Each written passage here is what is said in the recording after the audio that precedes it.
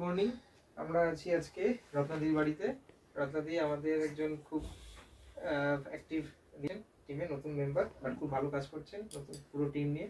তো আজকে উনি এয়ার পিউরিফায়ার নিয়েছেন ভেস্টিজের শার্পের, ওনারই নাতির জন্যে। তো একটু নাতিকে আমরা দেখাবো যে বাড়ির ছোট্ট বাচ্চা, ছোট্ট আমাদের মেম্বারটি কিন্তু সব থেকে ইম্পর্টেন্ট মেম্বারটি, ঠিক আছে? কারণ আমরা বলি যে একটা কথা যে আমাদের, আচ্ছা দেখুন ও জেগেও গেছে আমাদের প্রেজেন্টেশনের আগেই। তো খুব ভালো কথা, ও দেখুক, ওর জন্যই জিনিস। তো আমরা একটা কথা বলি যে আমরা বড়রা যা সারাদিন খাবার খাচ্ছি, যা জল খাচ্ছি, যা আমরা স্কিনের প্রোডাক্ট ইউজ করছি, ঠিক আছে, তো সেই সবগুলোই কিন্তু আমাদের বড়দের জন্য আলাদা হয়, বাচ্চার জন্য আলাদা হয়, ঠিক আছে? তো বাচ্চার জন্য সবকিছু আমরা স্পেশাল ইউজ করি, জেন্টলি ইউজ করি, কিন্তু ওদের এয়ারের জন্য ওদের আমরা কি ব্যবস্থা করছি, ঠিক আছে? ওরা তো সেই এয়ারেই শ্বাস নিতে বাধ্য হচ্ছে যেখানে কিনা আমরা, তো আমরা বাইরে থেকে আসছি, আমাদের সাথে অনেক জার্মস থাকছে, আমরা যে বাইরে বাতাস নিচ্ছি সেটাকেই আমরা এখানে ইনহেল করছি। বা বাড়ি থেকে ধরুন কেউ সিগারেট খেয়েও এখানে এসে, সে হয়তো ঘরে সিগারেট খাচ্ছে না, কিন্তু সেই সিগারেটের বাতাসটা যেটা তার লাংসের মধ্যে আছে সেটা কিন্তু বাতাসে ছড়াচ্ছে, যেখানে কিনা ও নিতে বাধ্য হচ্ছে। আর সব থেকে বড় কথা হচ্ছে একটা মানুষ সারাদিনে খাবার খায় কত, 500 গ্রাম, 1 কেজি, 1.5 কেজি ম্যাক্সিমাম। যদি আমরা বলি জল খায় কত, তাহলে 2 লিটার 2.5 লিটার শীতকালে, তার বেশি নয়। কিন্তু যদি আমরা চিন্তা করি যে কতটা বাতাস আমরা একটা অ্যাডাল্ট পার্সন সারাদিনে নিচ্ছে, যেটা হচ্ছে 11,000 লিটার। তো সেটা শুধু অ্যাডাল্ট পার্সন নয়, যে ছোট বাচ্চাটি আমরা এখানে কথা বলছি, ওর বয়সী যত বাচ্চা আছে এবং তার থেকেও ছোট, তারা কিন্তু সবারই এরকমই 11,000 লিটার এয়ার প্রতিদিন ইনহেল করতে দরকার হয়। তো সেই এয়ারটাকে আমরা তাকে একটা সুস্থ, তাকে স্বাভাবিক দিতে পারছি, পিওর দিতে পারছি? তো তার উত্তর হচ্ছে পারছি না। কারণ আমাদের একদম ঘরের সাথেই হচ্ছে এখন টয়লেট, ঘরের সাথে অ্যাটাচ হচ্ছে রান্নাঘর, আর তারপর দেখতে পাচ্ছি শীতকাল হলে যা হয়, দরজা সব বন্ধ, তাহলে আমাদের বাতাস আমাদের চলতে পারছে না, আমাদের রোদ ঢুকতে পারছে না, ফ্রেশ বাতাস ঢুকতে পারছে না। তো একই বাতাস যেটাকে আমরা বলি স্টেল এয়ার, থাকতে থাকতে এই জার্মস আর এই নানা রকম অ্যালার্জি, নানা রকম আমাদের ইনফেকশন, এগুলো কিন্তু আরো বাড়ছে, যেখান থেকে শ্বাসের কষ্ট কিন্তু এমন একটা জায়গায় চলে যাচ্ছে, যার জন্য অনেক ছোটবেলা থেকে দেখতে পাচ্ছি তাদেরকে নেবুলাইজার দিতে হচ্ছে, ইনহেলার নিতে হচ্ছে, এবং সারা বছর সে স্কুলের অর্ধেক কামাই, এটা দেখা গেছে একটা সার্ভে করে, যে ম্যাক্সিমাম স্কুল কামাই বা পরীক্ষা দিতে পারছে না, সেটা হচ্ছে মানে শ্বাসকষ্ট জনিত, রেসপিরেটরি প্রবলেমের জন্য।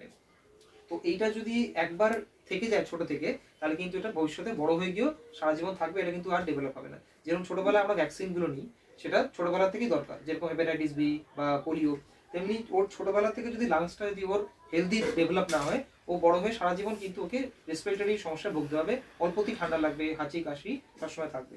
তার জন্য এই সব সমস্যার সমাধান আছে আমাদের কাছে শার্পের এয়ার পিউরিফায়ার।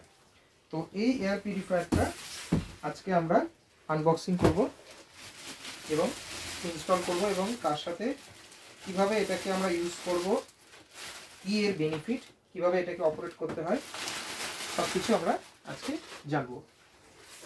তো প্রথমেই দেখে নিচ্ছি যে এই এয়ার পিউরিফায়ারটা, এটা হচ্ছে ফ্রন্ট আর এটা হচ্ছে ব্যাক, এটা হচ্ছে ব্যাক সাইড। তো যখনই আমরা এয়ার পিউরিফায়ারটা রাখবো, আমাদের কিন্তু চেষ্টা থাকবে এটাকে ফ্রন্ট দিকটা ফ্রন্টেই রাখা আর ব্যাক দিকটা ব্যাকেই রাখা। এরকম ভাবতে পারি হয়তো যে এখান থেকে তো এয়ারটা নিচ্ছে পেছন দিক থেকে, তাহলে এটাকে আমরা সামনে রাখবো, কিন্তু না, এটা পেছনেই থাকবে, এটাই সিস্টেম, এইভাবেই এয়ার পিউরিফায়ারটা তৈরি। আর এই যে এয়ার পিউরিফায়ারটা, এটা হচ্ছে নর্মাল যে ঘরে আমরা থাকি সেটার যে সাইজ, সেটাকে হিসেব করেই করা। এটা হচ্ছে 250 স্কোয়ার ফিট এরিয়াকে কভার করতে পারে, ঠিক আছে? তো এই যে ঘরটা আমরা দেখছি, এটা 250 স্কোয়ার ফিটের থেকে ছোটই আছে, মানে এর থেকে বড় হলেও কোনো অসুবিধা হতো না, ঠিক আছে? তো এবারে প্রথম যে জিনিসটা আমরা দেখব, যে এখানে কিছু ম্যানুয়ালে লেখা আছে যে ভেতরে কি কি ফিল্টার আছে, তো এইগুলো আমার সব থাক। আর এখানে প্রথম দেখে নেব যে প্রথম যে এর ফিল্টারটা, সেটা হচ্ছে এর যে এই কভারটা। তো এই কভারটাকে খোলার সিস্টেম হচ্ছে, আমরা দুটো হাত দিয়ে খুলবো সবসময়, এবং দুদিকে বুড়ো আঙুলের এইভাবে চাপ দেবো, প্রেসার দিয়ে, এই সাইডেও চাপ থাকবে আর সামনের দিকেও চাপ টান থাকবে, দুটো একসাথে খুলবে, খুলে এইভাবে খুলবো, ঠিক আছে? এখানে দুটো এই যে ক্লিপ আছে, এই দুটো এখানে বসবে, এখানে তো খুলে নেবো। আচ্ছা, তো এই যে দেখতে পাচ্ছি এখানে এই যে জালিকাটা, যেরকম নর্মাল এসিতে যেরকম থাকে ওরকমই, কিন্তু এসির থেকে এটা 10 টাইমস হায়ার কোয়ালিটি। মানে এসি যে ধুলোকে ট্র্যাপ করতে পারে না, এটা কিন্তু পারে, এবং এটা যে ধুলো ট্র্যাপ করছে তার প্রমাণ হবে যে সবার আগে এটাই ধুলো, এটাই নোংরা হবে। এবং যখন আপনি এটাকে পরিষ্কার করার নিয়ম হচ্ছে সিম্পল, হালকা ফোর্সের কলে, বেশি ফোর্স না কিন্তু, তাহলে এটা ফুটো হয়ে যাবে। হালকা ফোর্সের জলের তলায় ওই যেরকম ঝুড়ি আমরা চালু করি ওরম করে করলে দেখবেন আপনি তলায় বালতি পাতবেন, দেখবেন পুরো কালো জল আসবে, এতটা ধুলো ঢোকে। কারণ ধুলোটা এখান থেকে এয়ারটা পেছনে টানছে, ধুলোটা এখানে জমবে। তো আমরা যখন ধোবো এইভাবে পাতবো, এখানে জলটা পড়বে, ধুয়ে তলা দিয়ে বেরোবে। আর তারপরে এটাকে হালকা হাতে আমরা এটাকে মুছবো, বেশি চাপ দিলে আবার ফেটে যেতে পারে। আর তারপর এটাকে আমরা রোদে রাখবো 1 ঘন্টা, তাহলে এটা শুকিয়ে যাবে, ব্যাস। এটাই হচ্ছে মেনটেনেন্স। এবং সেটা ডিপেন্ড করবে যে ঘর অনুযায়ী। যেমন এই ঘরে যদি ধুলো কম হয় তাহলে মোটামুটি 7 থেকে 10 দিনের মধ্যে একবার করলে যথেষ্ট। আর যদি বেশি হয় তাহলে আপনি বুঝতে পারবেন যে কালো হয়ে গেছে ফিল্টারগুলো, তাহলে আপনি 5 দিন ছাড়া 6 দিন ছাড়া করবেন, ঠিক আছে, বুঝে। আচ্ছা, তাহলে এটা আমাদের প্রথম গেল। তাহলে এইটাকে আমরা ধুতে পারি জলে, এটা ধুয়েই পরিষ্কার হবে। আর হালকা হাতে মুছবো আর রোদে শুকিয়ে নেবো। এরপরে যে ফিল্টারগুলো দেখাবো এগুলো কিন্তু ওয়াশেবল নয়, কখনোই ওয়াশেবল নয়। তাই দেখা গেলো ওইটার পরে প্রথম যেটা থাকে সেটা হচ্ছে আমাদের কার্বন ফিল্টার। কার্বন ফিল্টারটা কি, এটাকে আমরা ওই প্যাকেটটা থেকে কেটে নেবো। এই প্যাকেটগুলো দেওয়ার কারণ বোঝা যাচ্ছে যে এই ফিল্টারগুলো একবারও ইউজ হয়নি, একদম আপনাদের জন্য ফ্রেশ হয়েছে, সিল হয়েছে।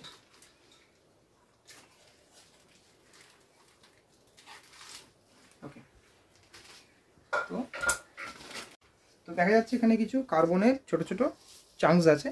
তো এইগুলো কি করছে, যে কোনো খারাপ গন্ধ বা গ্যাস সেগুলোকে এ ট্র্যাপ করে নিচ্ছে। আপনি ঘরে হয়তো ধূপ জ্বালাতে পারেন বা হয়তো ধুনো দিতে পারেন, কিন্তু সাথে সাথে এই গন্ধটা গ্যাসটা ট্র্যাপ করে নেবে। বা বাড়িতে কিছু হয়তো কেমিক্যাল কিছু ইউজ হলো, গন্ধটা থেকে গেল, বাড়িতে রং হলো, গন্ধ এর তাড়াতাড়ি যে কোনো বাজে গ্যাস গন্ধকে এ ট্র্যাপ করে নেয়। তাহলে এটার কাজ গেল। আর এটাকেও হচ্ছে যে এটা ইউজ করতে করতে এখানে দেখবেন কিছু ধুলো পড়ে যাবে, তো ওই দাঁত মাজার ব্রাশ বা জুতো ঝাড়া ব্রাশকে বাড়ি নিয়ে যাবেন আর মুখে একটা মাস্ক পরবেন। হ্যাঁ, এটাকে এভাবে ঘষতে হবে। এটাতে জল দিয়ে না, শুধু ব্রাশটা দিয়ে, এইটাতে শুধু জল দিয়ে ধোয়ার ওটাই, বাকি কোনোটাতে জল দেবে না। এটাকে ব্রাশ দিয়ে ভালো করে ঘষতে হবে, 2 ফিট সেম করে আমরা প্রথমে ঠুকে নেবো, ঠুকে যেটা ধুলো পড়ে যাবে, তারপর হ্যাঁ এই ব্রাশ দিয়ে ঘষবো, ঘষে তারপর এটাকেও রোদের তলা রাখবো, যতক্ষণ রাখা যায়, 1 ঘন্টা 2 ঘন্টা রাখতে পারলে খুব ভালো। ওই 15-20 দিন অন্তর একবার, এটা হচ্ছে মেইনটেনেন্স। এরপরে যেটা আছে ফিল্টার, এইটাই হচ্ছে আমাদের মেন ফিল্টার, ঠিক আছে, যেটাকে আমরা বলি HEPA, হেপা। হেপার ফুল ফর্ম হলো হাই এফিসিয়েন্সি পার্টিকুলেট অ্যাবজর্বার। মানে যেটা আমরা অনেক সময় দেখি না যে পেপারে বেরোয় যে দিল্লিতে বায়ু দূষণ প্রচন্ড বেড়ে গেছে, কত না PM 2.5 এত, বা PM10 হচ্ছে এত। ওই যে PM10 বা PM2.5 ওটা মাইক্রনে আসে, যে এত মাইক্রন, মানে যেটা খালি চোখে দেখা যায় না, এমন সূক্ষ্ম ধূলিকণা। এবং সেই ধুলোটাই কিন্তু মানুষের শরীরে বেশি ক্ষতি করে। আমরা ভাবি যে না, যে আমরা তো রোজ ঘর পরিষ্কার করি, রোজ ঝাঁট দিচ্ছি, তো ঝাঁট দিয়ে যে ধুলোটা বেরোয় ওটা হচ্ছে ভারী ধুলো, ভারী কণা। ওটা আমাদের শরীরে অত ক্ষতি করে না, কারণ ওটা বাতাসে ভাসে না, ওটা নিচেই পড়ে যায়, ঝাঁট দিয়ে বার করে দিই। কিন্তু যেটা ঝাঁট দিয়ে বেরোয় না সেটা হচ্ছে বাতাসে যেটা ভাসে, যেটা কখনো যখন ঘরের মধ্যে শুধু আলোটা পড়ে, রোদের আলোটা, রোদের আলোর মধ্যে মনে হচ্ছে কিছু না কিছু ভাসছে, কিছু না কিছু ঘুরছে, ওইটা কখনো কোনো এয়ার পিউরিফায়ারের ট্র্যাপ হয় না, আর ওটা ঝাঁট দিয়ে বার করা যায় না। আর ওটাই সব থেকে বেশি আমাদের শরীরে যায়, বাচ্চাদের সব থেকে এফেক্ট করে। ওইটাকে ধরার কাজ করে হচ্ছে এই হেপা ফিল্টার। তো এই হেপা ফিল্টারটা, এই যে দেখছেন সাদা একদম রয়েছে, এই জীবনে এটা প্রথমবার সাদা দেখছেন, আর লাস্টবার এটা 2 দিন ইউজ করার পর এটা কালো হয়ে যাবে। তখন বুঝতে পারবেন যে ঘরে কত ধুলো রয়েছে, আমরা এখন বুঝতে পারছি না, ইউজ করার পরে। তাহলে এটা ক্লিন হবে না? তো এটা ক্লিন হবে, কিন্তু কালারটা আর সাদা থাকবে না, এরকম দুধ সাদা কালারটা আপনার, মানে ক্লিন করার পরেও ওই ব্ল্যাকিশ ভাবটা থেকে লিচটা আছে, এইটা থেকে বোঝা যাবে এটা সবসময় বাইরের দিকে থাকবে, এরকম ভাবে ঢোকানো হবে, এটা ভেতর দিকে থাকবে। আচ্ছা আচ্ছা, ঢোকানোর সময় এই করে এই হবে, ঠিক আছে। তাহলে এটাকেও তাহলে একই নিয়ম, জল দেওয়ার কোনো প্রশ্নই নেই। এটাকে আমরা ড্রাই ব্রাশ দিয়ে প্রথমে বোথ সাইড এরকম করে ঠুকে ঝেড়ে নেব, তারপরে হালকা ব্রাশে আমরা এটাকে ঘষবো, দিয়ে যতটা ধুলো যায়, তারপরে এটাকে স্পেশালি আমরা 1-1.5 ঘন্টা রোদে রাখবো। কারণ অনেক ব্যাকটেরিয়া, অনেক জার্মস কিন্তু এখানেই ট্র্যাপ করে আটকে থাকবে। ওটাকে রোদে দেওয়া মানে ওটা মরে যাবে, আবার আমরা রাখলে। আর এটাকে যত ভালো রাখবো, কারণ এটারই দাম, কারণ এগুলো তো নতুন করে কেনার ব্যাপার নেই, এটাই একসময় ব্লক হয়ে যাবে, তবে সেটা অনেক দিন। কারণ মোটামুটি আমরা এয়ার পিউরিফায়ার যারা এটা 6-7 দিন বা যেরকম মনে হয় সেরকম অতটা ধুলো হচ্ছে না, তাহলে 10-15 দিন পরে করলেও হয়, ঠিক আছে। তো এটার মেনটেনেন্সটা দরকার, কারণ এটারই দাম আমাদের প্রায় 3,500-4 হাজার টাকা দাম পড়ে। তো এইটা যদি ব্লক হয়ে যায়, মানে অনেকদিন ধরে চলতে এখানে ধুলো ব্লক হয়ে গেলে কি হবে, এখান দিয়ে এয়ারটা পাস করবে না, পুরো ব্লক হয়ে যাবে। তখন আপনি দেখবেন যে এয়ার আপনার বেরোচ্ছে না, ভালো কমে গেছে এয়ারের ফ্লোটা, তখন বুঝতে পারবেন যে আমার এটা ব্লক হয়ে গেছে, তাহলে এটাকে চেঞ্জ করতে হবে। কিন্তু সেটাও মিনিমাম আমাদের 1.5 থেকে 2 বছর 1 থেকে 2 বছর আগে ব্লক হয় না আচ্ছা যদি খুব খারাপ থাকে। আর ভালো ইউজ করলে তো 2-2.5 বছরে চলে যাবে। এবং সেটা ডিপেন্ড করছে যে চলবে সেটা হচ্ছে আপনি কত মেনটেন করছেন, এটাই হচ্ছে আসল। ওগুলো তো যেমন আছে ঠিক আছে, এটাকে বেশি করে মেনটেন করতে হয় কারণ এটা যাতে ব্লক না হয়ে যায়। তো এইটা গেল। আচ্ছা এই যে দেখছেন এই ভেতরে আছে ফ্যান, এবং এই ফ্যান থেকে এয়ারটাকে সাকশন হচ্ছে। তো এই 3টে ফিল্টার হয়ে সাকশন হয়ে এটা যাবে। তো যেভাবে বললাম যে এই লিচটা থাকবে সামনের দিকে, এই জায়গায় ঢুকানো হবে। এই চলে গেল হেপা ফিল্টার, তারপরে হচ্ছে আমাদের কার্বন ফিল্টার,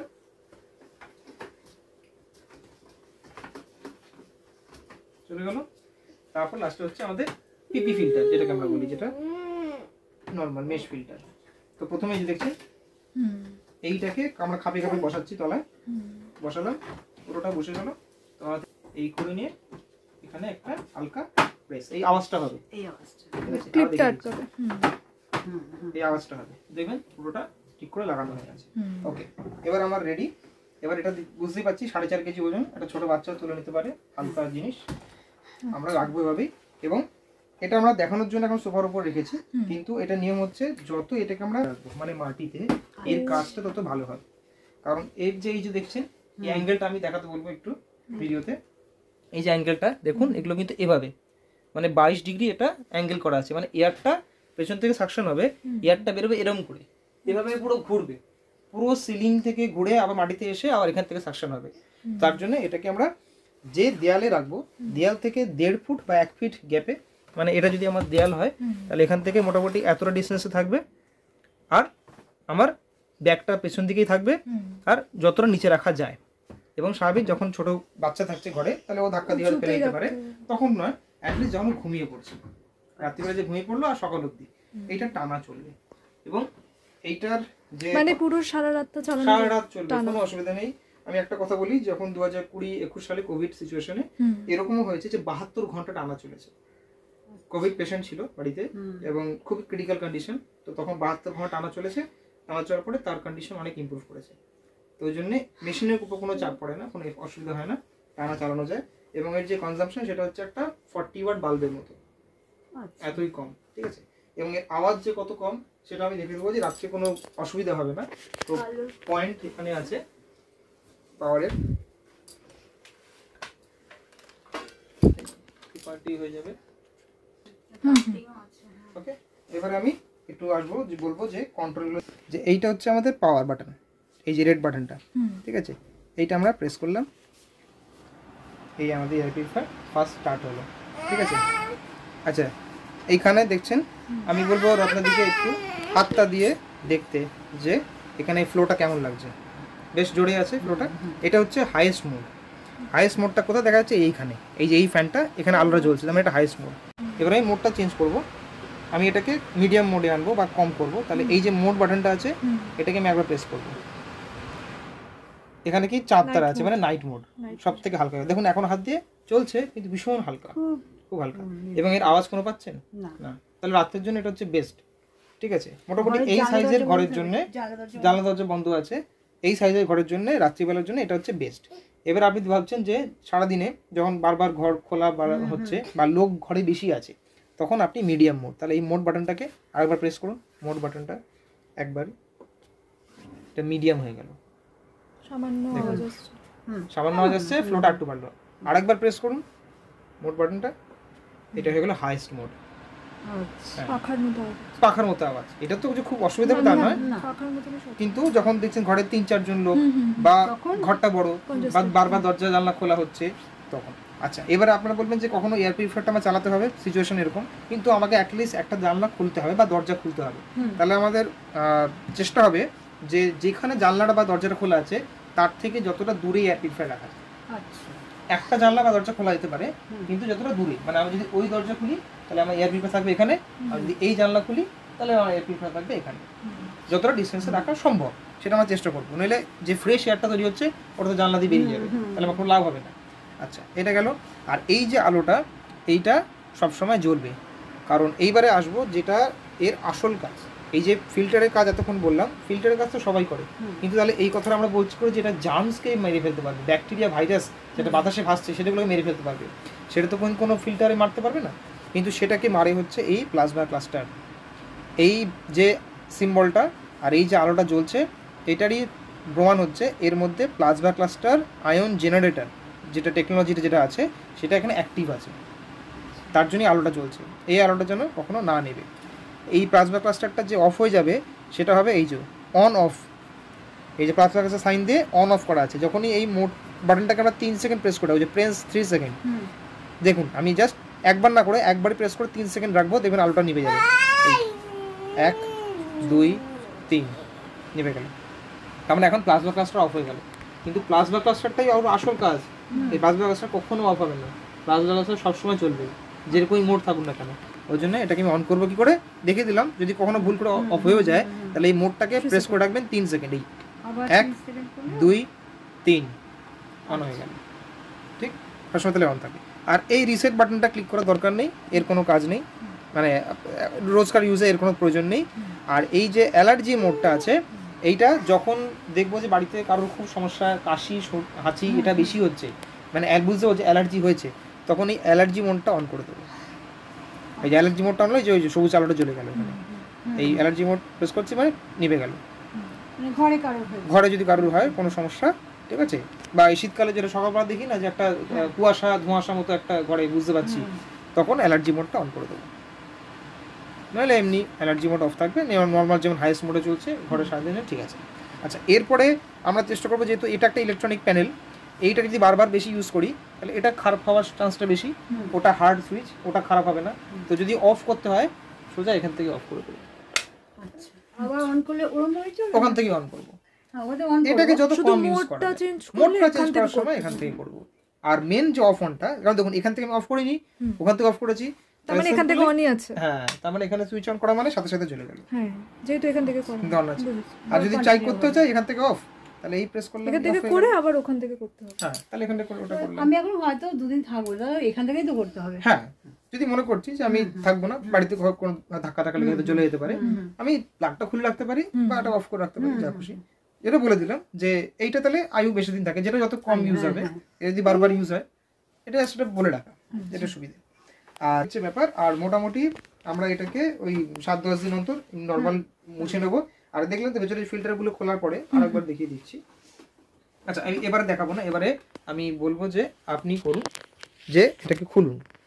নিজে হাতে না খুললে বোঝা যাবে না। হ্যাঁ,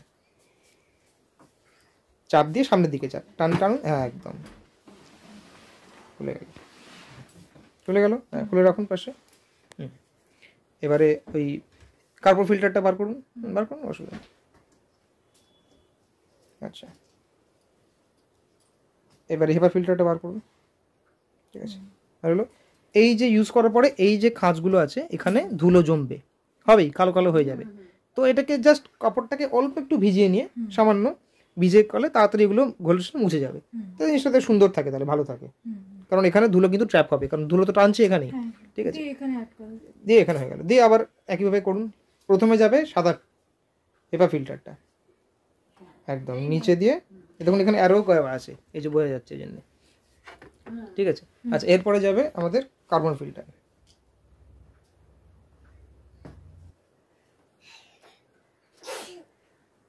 এবারে আমাদের এটা লাগানো হবে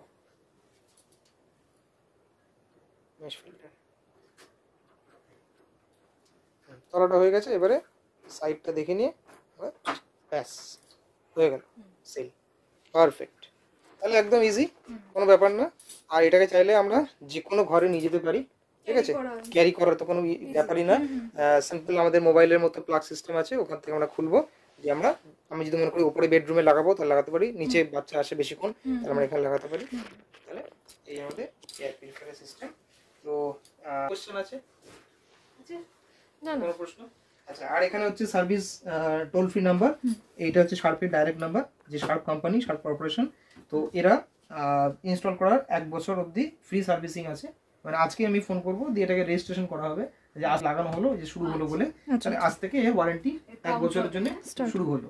তো এই ডিউরিং মানে এই ফার্স্ট 1 ইয়ার যাবতীয় যা প্রবলেম হবে এই ইলেকট্রনিক প্যানেলে, বা আমার মনে হচ্ছে যে এয়ারটা ঠিক মতো ফ্লো হচ্ছে না, বা আলো জ্বলছে না, বা কোনো মনে হচ্ছে যদি আমার ঠিকঠাক কাজ করছে না, তাহলে ওদেরকে ফোন করলে, অ্যাড্রেস দিলে, ওরা 48 ঘন্টার মধ্যে ওদের ইঞ্জিনিয়ার পাঠাবে, ওরা এসে করে দিয়ে চলে যাবে 1 বছর।